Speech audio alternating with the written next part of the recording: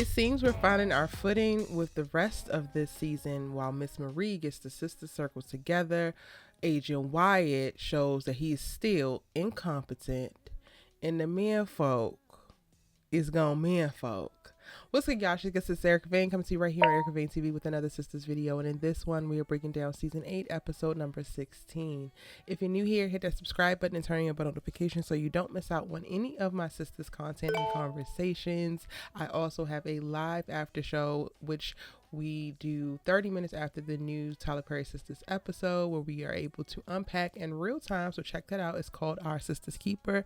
But then also make sure that you have subscribed and turned on your bell notifications for my Sistas playlist so you don't miss out again for any of the Sistas content and conversations. I drop a ton of Sistas videos and thoroughly explore the show. So if you are a fan, I think you might like it here.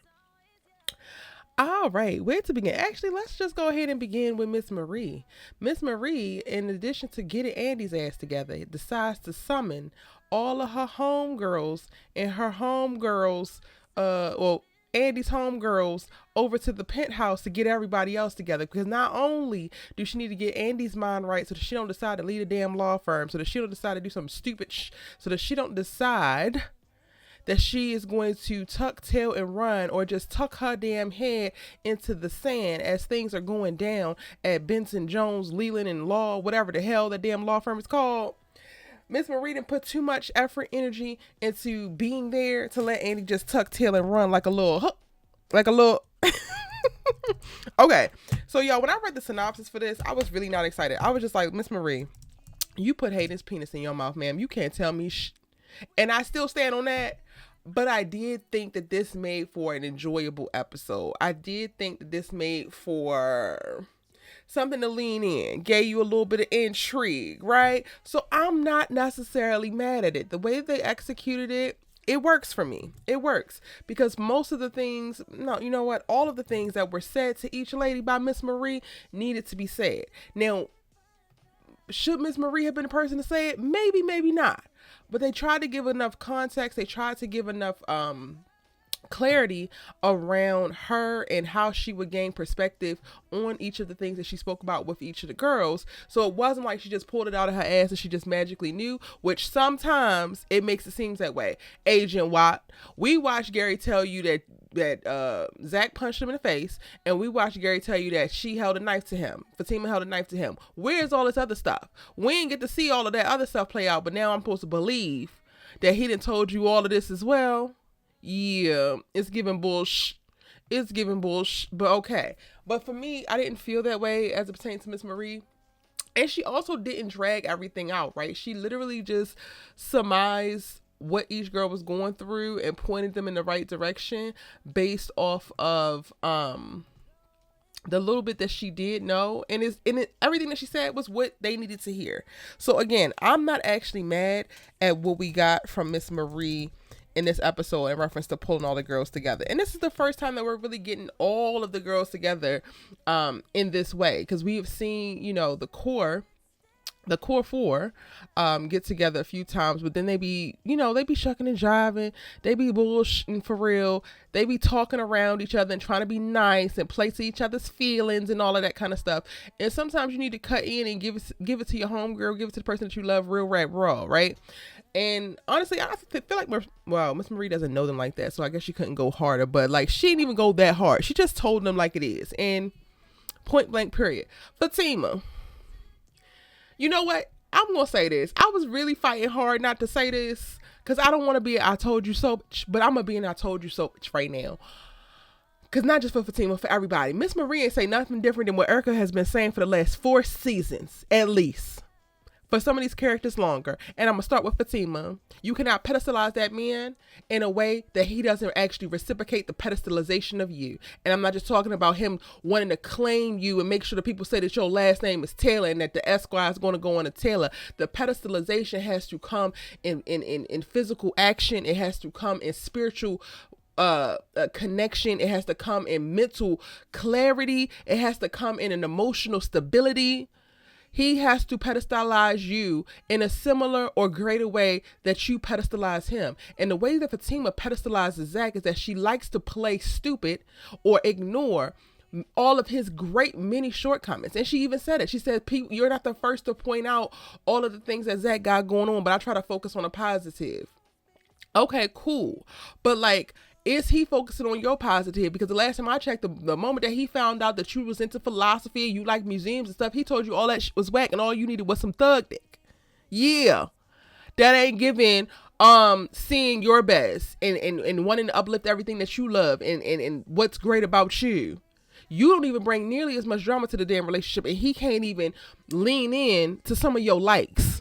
He can't even lean into some of your passions. He can't even create space, decenter himself enough to create space where he's able to allow you to show up as an individual in this relationship. Even when he talks about you, whether it's to you or to other people, he talks about Fatima in a way of possession, like he owns her now. You didn't pissed on her leg and marked her as yours, Fatima Taylor, my wife. But what about Fatima Wilson as the individual? What about the woman who still needs to be nurtured and taken care of? What about the little girl that's living inside of her that still has things, very real things that are going on, that when you decide to be in partnership with somebody becomes a part of the things that you're supposed to help them with? You want to point to that? We can go ahead and point to Tony, because Tony not only sees Daniella King, but he sees little Danni. And I think that that's what he's trying to tend to in a lot of the decisions that he's making within a relationship and trying to support her. So yes, Fatima, Miss Marie is 100% right. Zach needs to pedestalize your ass. And I've been saying it and saying it and saying it. And people have been coming for my neck. But maybe y'all asses will believe now that a billionaire on a damn show done said it. Interesting. I'm going to go ahead over to Karen. You don't have a typical situation. But baby, you was built for this. You were built for even more. Hopefully you don't have to suffer no more. You need to allow yourself to make the best decision for you. Allow yourself to lean into faith. Miss Marie say nothing different. And I'm so excited. I am so excited for Karen and Aaron loaded, baby. I cannot wait for this Karen relationship to get off the ground, because Lord, I have been waiting for forever. Karen finally realizing, like, yes, I do have feelings for this man and he has been there. I think I'm going to go ahead and give it a try. Yes. Thank you. Amen. Glory. Sabrina. Miss Marie was a little crass when it came to Sabrina. But she was also right, because this wavering ass man is not the ticket, honey. And y'all know I've been saying it. Now, don't get me wrong. The little sickle cell trait is adding a little bit of pizzazz. It's adding a little paprika to Rich's ass. I ain't even gonna hold you into his story. But I still don't like him for my girl. I still don't want him to be the father of her children. I still don't think that she should be putting all her eggs in Rich's basket. Okay? And Miss Marie co-signed what the hell I said. Hopefully, Sabrina's able to take this and feel validated, because she be needing external validation like a mug. She's able to feel validated in what she's already been thinking, because the Monti popped up at the bank today to let her know the good news that she's going to Turks and Caicos on a bank's dime, so they can celebrate her. She could represent the bank at some type of financial symposium. Girl, it don't even matter. You're going to go do the work. Make sure you look cute as hell. And Dominique ass is going. This is what speaks to, I saw a screenshot of the monitor when they were shooting the scene in the airport, and this is what that is. Sabrina is gonna go on that trip.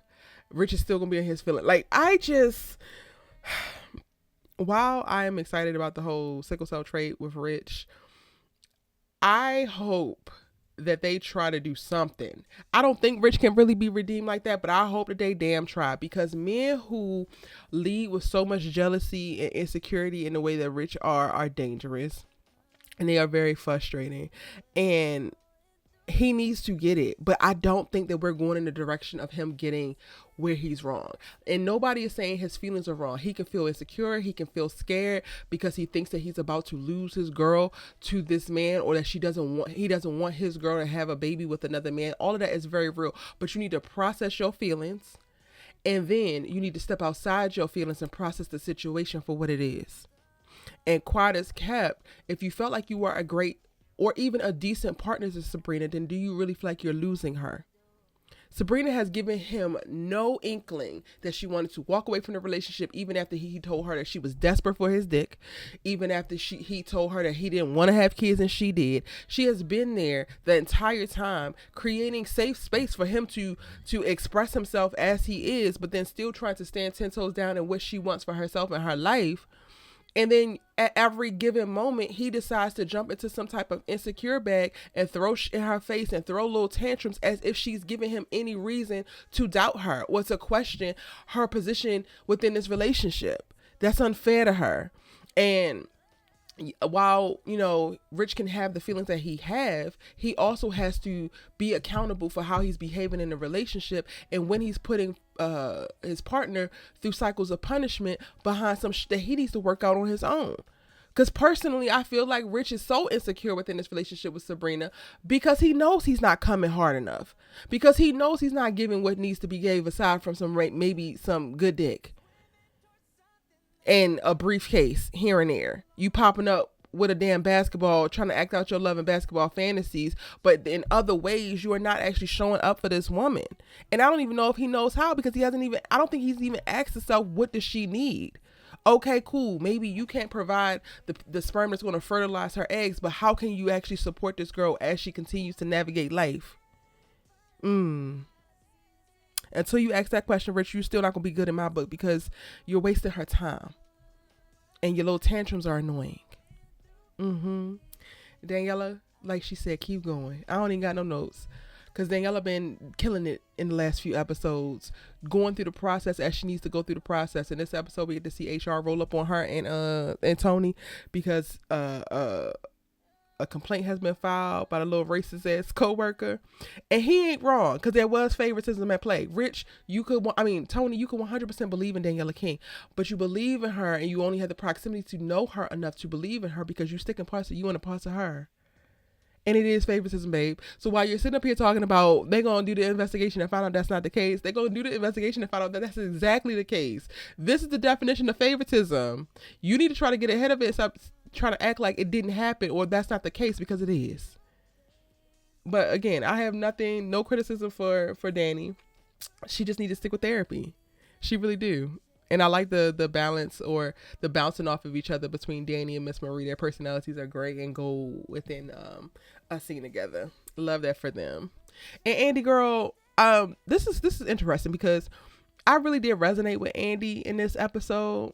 And y'all know I be giving Andi the blues, but I have been feeling a lot lately of like also just being tired of fighting and like really questioning how far is too far. When is the fight over?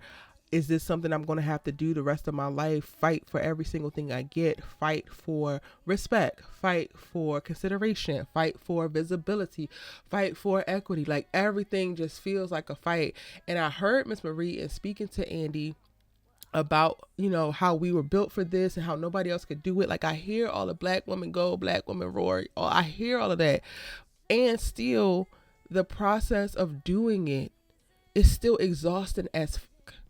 Now, I was lucky enough to go to the Sundance Film Festival this past week, and I have been reinvigorated and re-inspired in a way that I'm so grateful for, and I really feel like I need it. But I will, again, just be honest of like, I really understood where Andi's at. Now, I don't think that Andi is doing nearly enough fighting to quit in this moment, but the words that Andi was saying are literally words that I have been saying to some of my closest friends in this last month. Just navigating things within business, within the entertainment industry, and within personal life. So it really resonated with me, and it really hit home. So I actually was engaged with Andrea's part of this sister story in this episode. Maurice is always going Maurice. He's brilliant, comedic gold. Novi, in the emotional beats of her revealing to Damani about how Rich's sperm is unviable, her even emotional beats of taking in the announcement of, you know, her being chosen and uplifted at this bank that she's experienced so much trauma in. It was just so beautiful to see. This was a really, really solid episode. Let me know what you thought in the comment section down below, or if I missed something, let me know so we can keep the conversation going. It's your good sis, you let talk TV with, and I'm gonna see you in the next one.